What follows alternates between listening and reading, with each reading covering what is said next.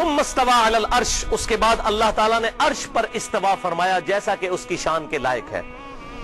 ما لکم من دونہ من ولی ولا شفیع، اس اللہ کے علاوہ نہ تو کوئی تمہارا حقیقی مددگار ہے اور نہ ہی کوئی شفاعت کرنے والا. افلا تتذکرون، کیا اب بھی تم نصیحت حاصل نہیں کرتے؟ حقیقی دوست، حقیقی پشت پناہ، حقیقی مشکل کشا صرف اللہ ہے، اور حقیقی شفیع بھی وہی ہے. اس کے اذن کے بغیر کوئی شفاعت بھی نہیں کر سکتا، اور اس کے اذن کے بغیر کوئی کسی کی مدد بھی نہیں کر سکتا. لیکن یہاں پر یہ بات یاد رکھیے گا، اللہ تبارک و تعالیٰ نے اس سورج کو ہمارے اس کرۂ ارض میں زندگی کا بہت بڑا ذریعہ بنایا ہے. یہ ساری دنیا کا نظام سورج کی وجہ سے چل رہا ہے. سورج کی وجہ سے ہی پودے فوٹو سنتھسس کے ذریعے اپنی خوراک تیار کرتے ہیں، ضیائی تالیف کے ذریعے. ان پودوں کو جانور کھاتے ہیں، جانوروں کو ہم کھاتے ہیں.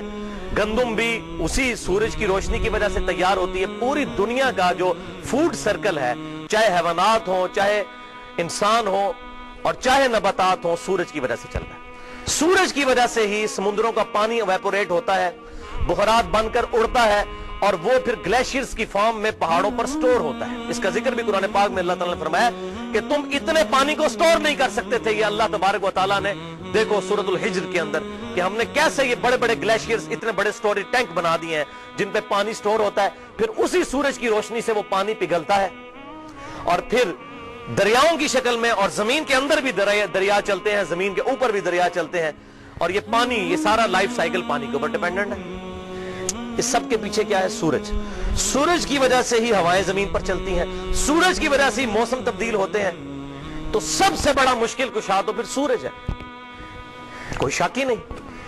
لیکن بھائیو، مسئلہ مشکل کشائی کا نہیں ہے. مسئلہ یہ ہے کہ مشکل کشا چاہے کوئی بھی ہو، اس کو پکارنا شرک ہے. اگر میں کہوں گا المدد یا سورج میری مدد فرما، تو میں مشرک ہو جاؤں گا. سورج سب سے بڑا مشکل کشا ہے، لیکن اس کو پکار نہیں سکتا. اسی طریقے سے فرشتے بارش برساتے ہیں اللہ کے حکم سے. اگر میں کہوں کہ فرشتوں بارش برسا دو، مشرک ہو جاؤں گا. دعا اللہ ہی سے کرنی ہے. شرک is the most sensitive issue in the sight of Allah. اللہ کے حضور سب سے زیادہ حساس معاملہ ہے شرک کا.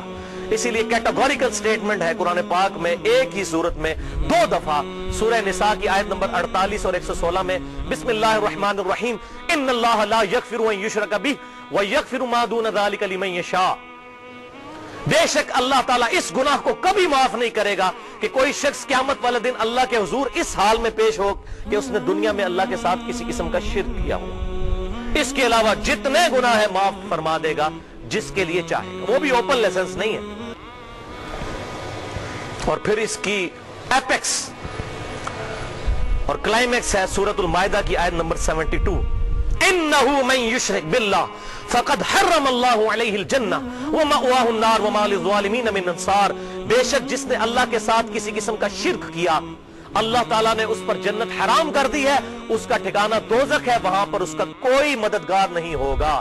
حتیٰ کہ سید الاولین والآخرین، شفیع المذنبین، رحمت للعالمین، سیدنا و مولانا امام اعظم محمد رسول اللہ صلی اللہ علیہ وسلم کی صحیح حدیث، صحیح بخاری اور مسلم کی متفق علیہ حدیث ہے کہ آپ صلی اللہ علیہ وآلہ وسلم نے فرمایا، اللہ تعالیٰ نے ہر نبی کو ایک مقبول دعا دی تھی جو اس نے اسی دنیا میں کر لی، اور میں نے اپنی دعا اپنی امت کے لیے چھپا کے رکھی ہے. قیامت والے دن میں اس دعا کے ذریعے اپنی امت کی شفاعت کروں گا. میری دعا سے میرے ہر امتی کو نفع پہنچے گا سوائے اس شخص کے جس نے دنیا میں اللہ کے ساتھ کسی قسم کا شرک کیا ہوا، سوائے اس شخص کے. تو شرک is the most sensitive issue in the sight of Allah. اللہ کے حضور سب سے زیادہ حساس معاملہ ہے شرک کا.